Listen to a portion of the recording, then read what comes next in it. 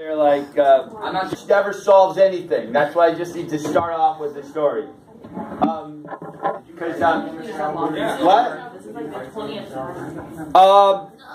Before 8th grade, actually, no, before 9th grade, I had some basic rules.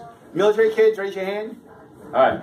So, military kids, you move around a lot. And you get picked on if you're the new kid. Actually, in military school, you just get picked on anyway. You're always a new kid.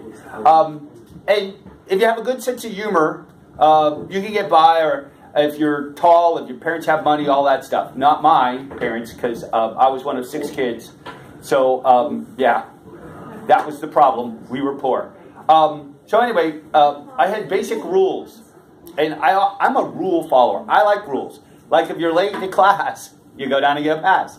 But anyway, unless you can prove that somehow the world didn't align, like maybe the schedule's off today because they have to manually press the buttons. My phone is not aligned with the time. Yeah. So anyway, I'm a rule follower. This is, but before that rule follower, I had my own rules, which is, hey, this is the deal. It's better not to talk to people than to get bullied. So if you picked on me, picked on my family, and or harassed me, or you're just the biggest kid and I thought you were a jerk, within a week of being in the school, I would punch you. Wait. I know it's not good. Let me finish. And the reason being is if they think you're crazy, they leave you alone and they don't pick on you.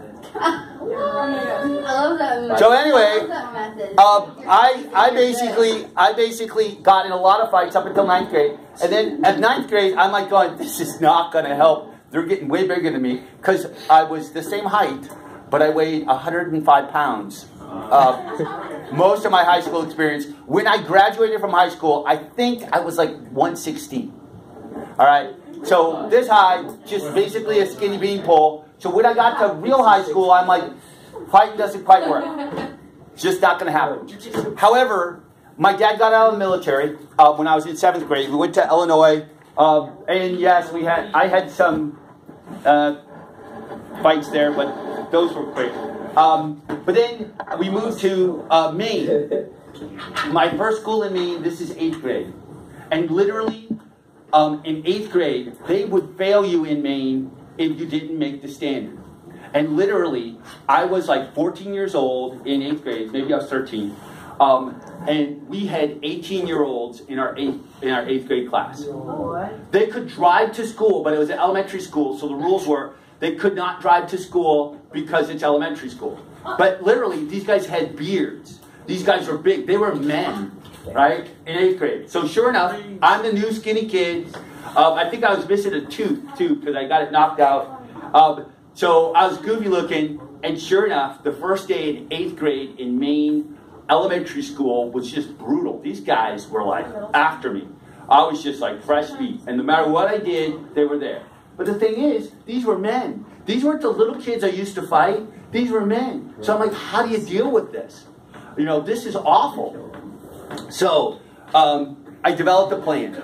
I'm like, listen. Remember, fighting doesn't work out. Never fight. So my plan was this. I had to hit him because if I didn't, this was not going to stop. And these guys were awful. But, believe it or not, our 8th grade elementary school gave me an out. We had recess.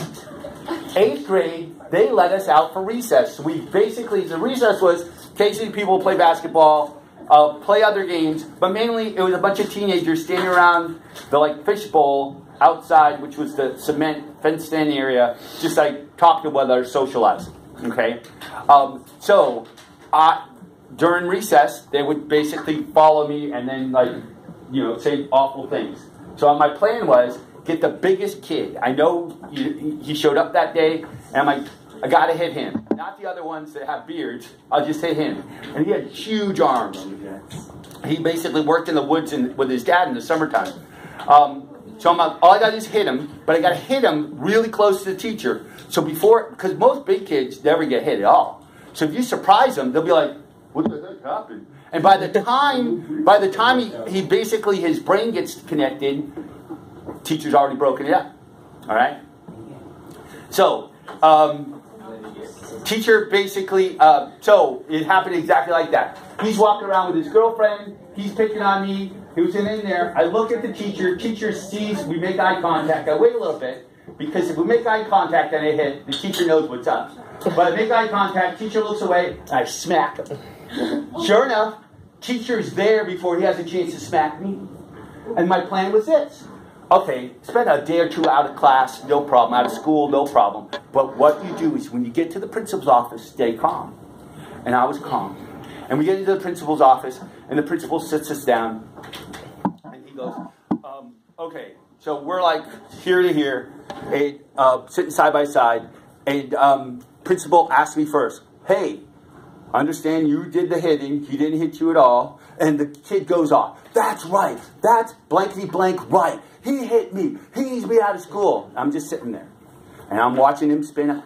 Because emotion, nobody can deal with emotion well. So I'm sitting there. And finally, after he calms down and the principal reprimands him for swearing, he comes back to me. So what's the issue?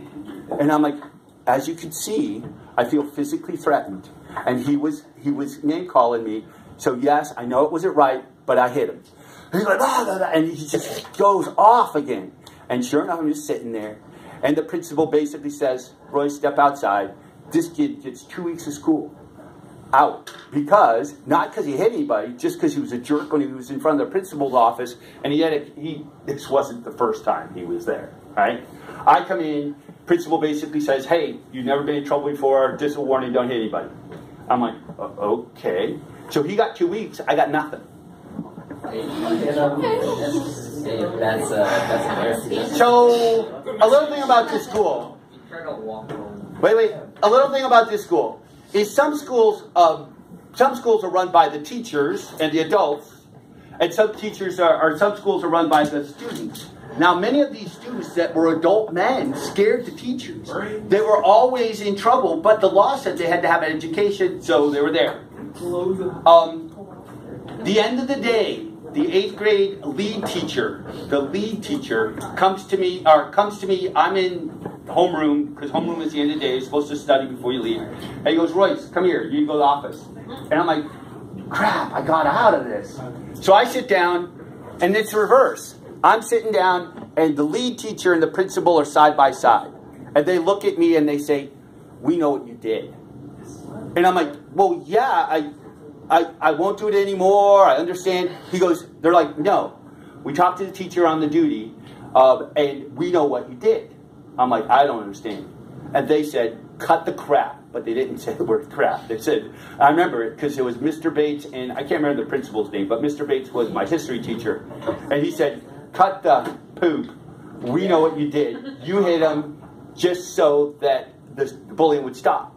And I'm like, listen, you can't blame me, man. That guy's an adult. He should be not in this school. He should be like in jail somewhere. And he goes, and they go, you're right. In fact, we got 3 more kids. We want you to do this too. And I'm like, what? They're like, yeah. So at the end of the day, tomorrow, we're going to move you around to the different study halls because they're 8th grade classrooms. And all you got to do is as soon as they're on you, you can do whatever you want. But as soon as they're on you, we will break you up and they will get suspension. And I'm like, really? They're like, yeah. And I'm like, all right. I took 4 kids down that week. And then, however, thank goodness that my parents had a fallout with my aunt, and then we had to move to a different town. So we moved like the town over, so I had to move schools, which was probably in the long term a really good thing. Probably. So because there was no way to keep on doing this and to not actually physically get killed. Although I did meet some of the same boys later on because we had a small elementary school in which we had no gymnasium. So they actually drove us to the Y for our for PE twice a week. And they went to the same PE Y that we did. So for twice a week, I would basically walk the gauntlet and they'd be like, oh. And I'd be like, you want to stay in school? And they'd be like, oh, you know. And, you know, it worked out. I never got hit. And they spent some time on vacation.